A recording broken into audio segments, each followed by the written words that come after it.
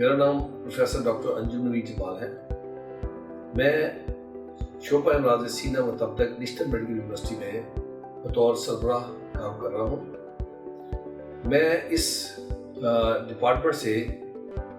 जो मेरा आगाज़ है, मेरा आगाज़ ही इस डिपार्टमेंट से एज ए हाउस जॉबिंग हुआ था।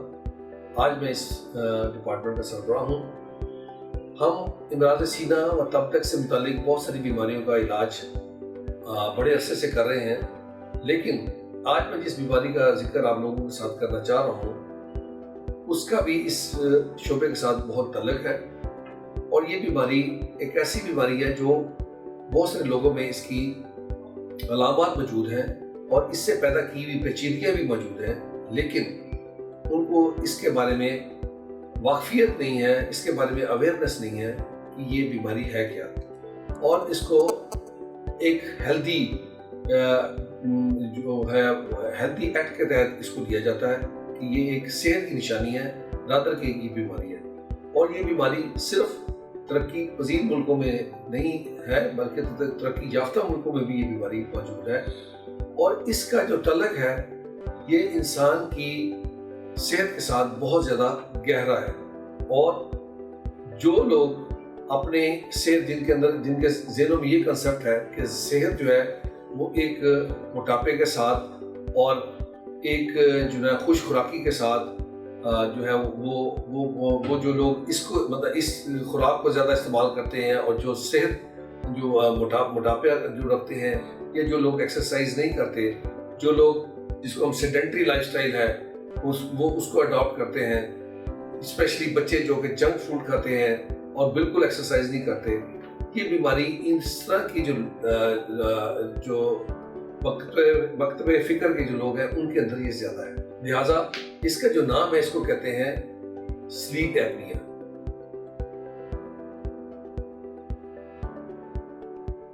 स्लीप एपनिया जो है, जिसका उर्दू में तर्जुमा ये है कि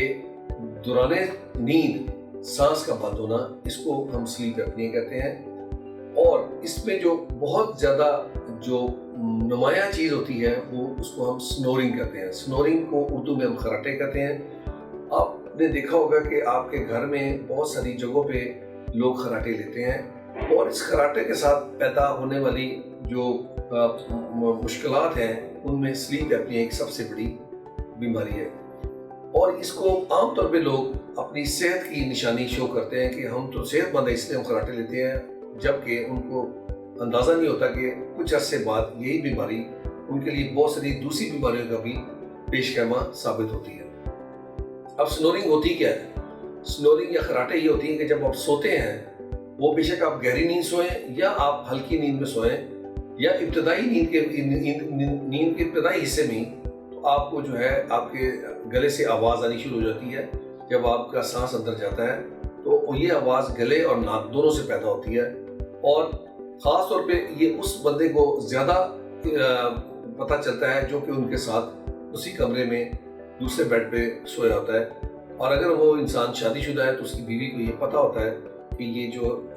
रात को सोते वक्त इनको खराटे आते हैं। और ये बहुत इंपॉर्टेंट पॉइंट होता है जो कि हम किसी इस स्लीप एपनिया की तशखीस के लिए उसके जो बेड पार्टनर है उससे हम पूछते हैं। अब ये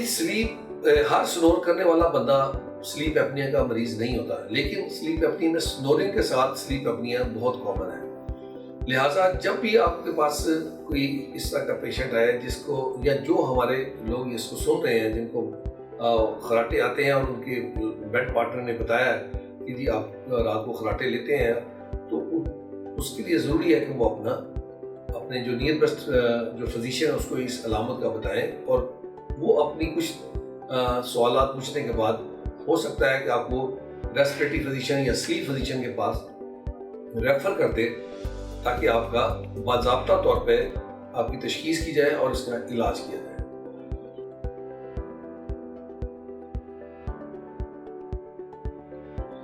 अब ये जो बीमारी है इसमें जो दूसरा एलिमेंट है स्नोरिंग के बाद वो मोटापा है। मोटापे को अक्सर लोग जो है सीरियस नहीं लेते, हालांकि वो ऐसे लोग होते हैं खासतौर पे जो मिडिल एज के जो लोग हैं, इनको मोटापे के साथ दूसरी बीमारियों ने भी घेरा होता है, जिस तरह के शुगर है, ब्लड प्रेशर है, اور جب ایج اور بڑھتی ہے تو جوڑوں کی تکلیف بھی ساتھ اس کو شروع ہو جاتی ہے، تو اور دل کی تکلیف بھی ساتھ آتی ہے۔ تو یہ وہ لوگ ہیں جن کو چاہیے کہ وہ اپنا اس موٹاپے کا جو پرابلم ہے اس کو اپنے نیئرسٹ فزیشین کے ساتھ ڈسکس کریں، اور اس کے ساتھ ان کا فزیشین کا رول بنتا ہے کہ وہ اپنی تشخیص کے دوران اس کا سنورنگ کا اور سلیپ اپنے کا اگر ایلیمنٹ ان کے اندر ہے تو اس کو جلدی ہی ریفر کریں اپنے جو ریسپریٹری فزیشین کے پاس۔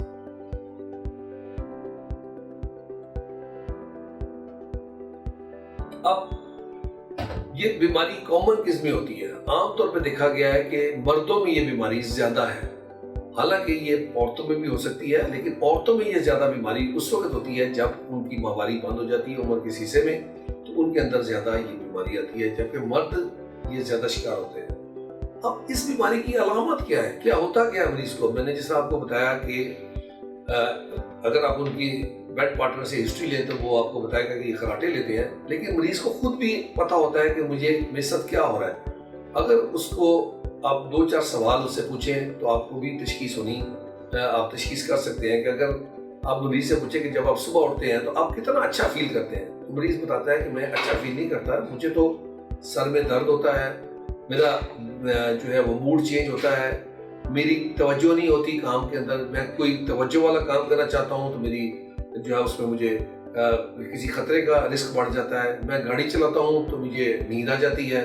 نیند آتے ہوئے کئی دفعہ مجھے لگا اس طرح کہ میرا ایکسیڈنٹ ہونے لگا ہے، اگر میں اپنے آفس میں کام کر رہا ہوں تو کام کے دوران تھوڑی سی میں توجہ کرتا ہوں تو مجھے اونگ آنی شروع ہو جاتی ہے، اور پھر کچھ عرصے بعد میں دیکھتا ہوں تو میرا بلڈ پریشر چڑھنا شروع ہو جاتا ہے، بلڈ پریشر میں چیک کراتا ہوں تو وہ زیادہ ہو جاتا ہے، شوگر میں چیک کراتا ہوں تو وہ بھی کبھی کبھی زیادہ ہوتی ہے، کھانے کو زیادہ دل کرتا ہے، جب زیادہ کھا لیتا ہوں تو زیادہ نیند میں آتی ہے، رات کو میں اکثر اٹھتا ہوں اور بار بار اٹھتا ہوں، اور ایسے لگتا ہے کہ جس طرح میں تھوڑی دیر کے لیے سویا اور میرے جو ہے وہ رات کے جو تقریباً 6 سے 8 گھنٹے کا جو پیر ہے اس کے اندر میں تقریباً 30 سے 40 دفعہ اٹھتا ہوں، کبھی مجھے پیشاب کی حاجت ہو جاتی ہے، کبھی میں پانی پیتا ہوں، اور ساری رات مجھے ایسا لگتا ہے کہ میں بے چین ہوں۔ تو یہ ایسی علامات ہیں جو کہ سلیپ اپنیا کے مریض سے اگر آپ جب آپ پوچھیں تو اس کے اندر موجود ہوتی ہیں، جو کہ جس طرح میں ابھی آگے ذکر کروں گا جب ہم اس کا علاج کریں گے تو اس کے اندر یہ ساری علامات ختم ہو سکتی ہیں اس ایک بیماری کو ایڈریس کرنے کے بعد۔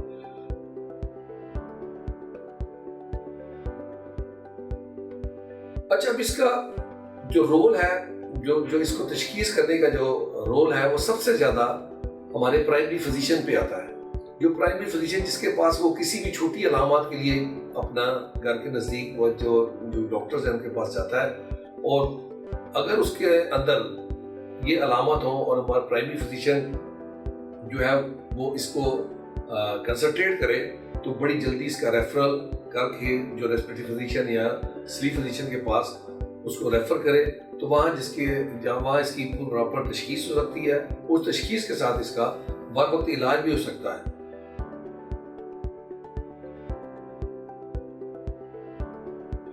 اب تشخیص کیسے کرنی ہے؟ ایک تو ہم نے آپ کو بتائی کہ کچھ علامات ہیں جو کہ میں نے ابھی آپ سے پہلے ذکر کیا جو کہ مریض کے اندر ہوتی ہیں۔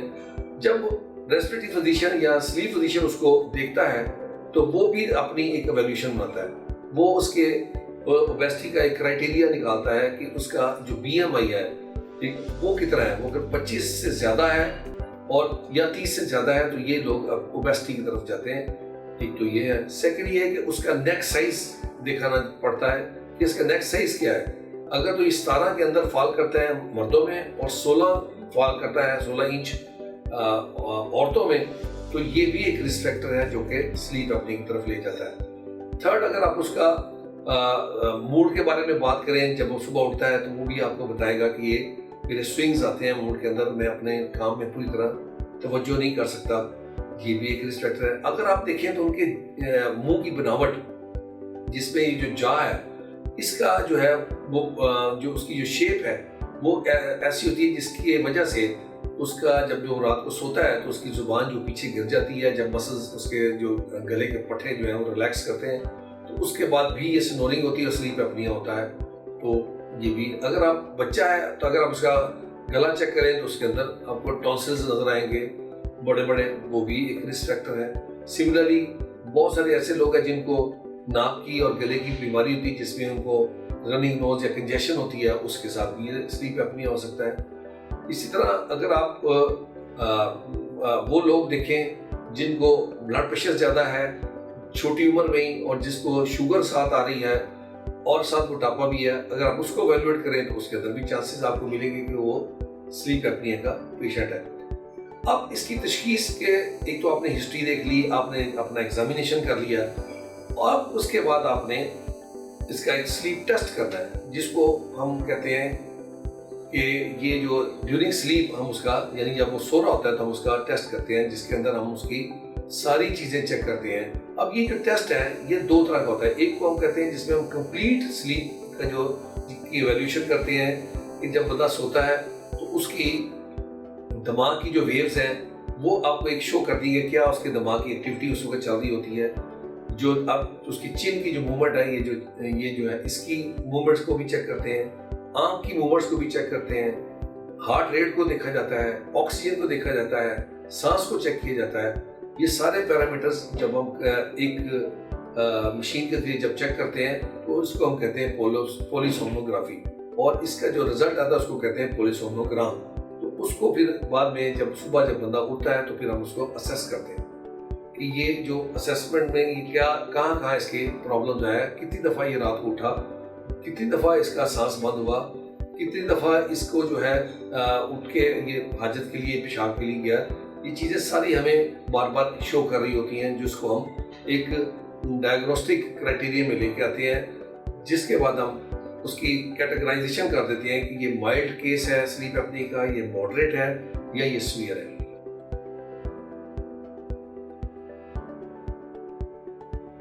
अब इसका हम इलाज का बात करते हैं, तो इलाज ये होता है जो हम ड्यूरिंग स्लीप ही करते हैं। जब हम टेस्ट कर रहे हैं तो उसका इलाज भी हम ड्यूरिंग स्लीप ही चेक कर रहे हैं कि इसके साथ इसका इलाज हो सकता है। तो उसमें जो सबसे इम्पोर्टेंट डिवाइस है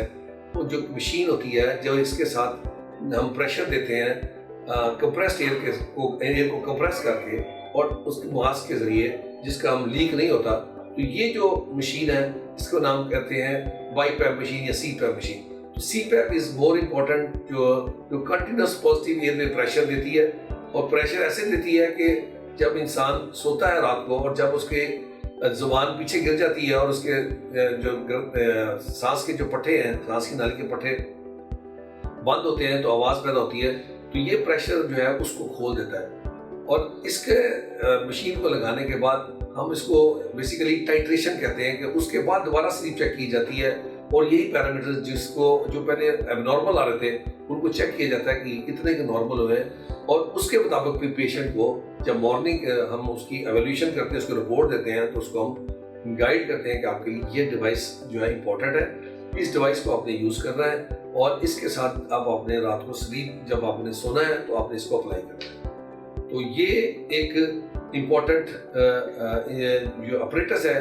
जो मशीन है, जो कि बहुत ज़्यादा कारआमद साबित हो जाती है। एक छोटी सी बीमारी जिसको हम बगैर तशखीस किए हम बहुत सारी दूसरी बीमारियों की में मुब्तला हो जाते हैं। आज जो इस बात करने का मकसद था वो वर्ल्ड स्लीप डे की मुनासबत से था, क्योंकि दुनिया के अंदर ये बीमारी बहुत ज़्यादा फैल रही है, और हम एज ए रेस्पिरेटरी फिजिशियन या जो स्लीप फिजिशियन हम अवेयरनेस देना चाहते हैं दुनिया को और लोगों को, ताकि बर वक्त इसका तशखीस किया जाए और इसके इलाज के साथ अब बहुत सारी बड़ी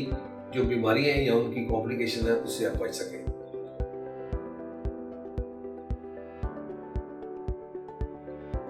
मेरा अवामुन्नास से ये मुतालबा है कि खुदारा अपने वज़न की तरफ कंट्रोल करें, कोशिश करें कि आपका जो BMI है वो 25 से नीचे हो, आपका जो नेक का साइज़ है वो 17 से कम हो, आप अपनी डेली एक्सरसाइज करें, और अगर आपको ये बीमारी है तो इसका इलाज आप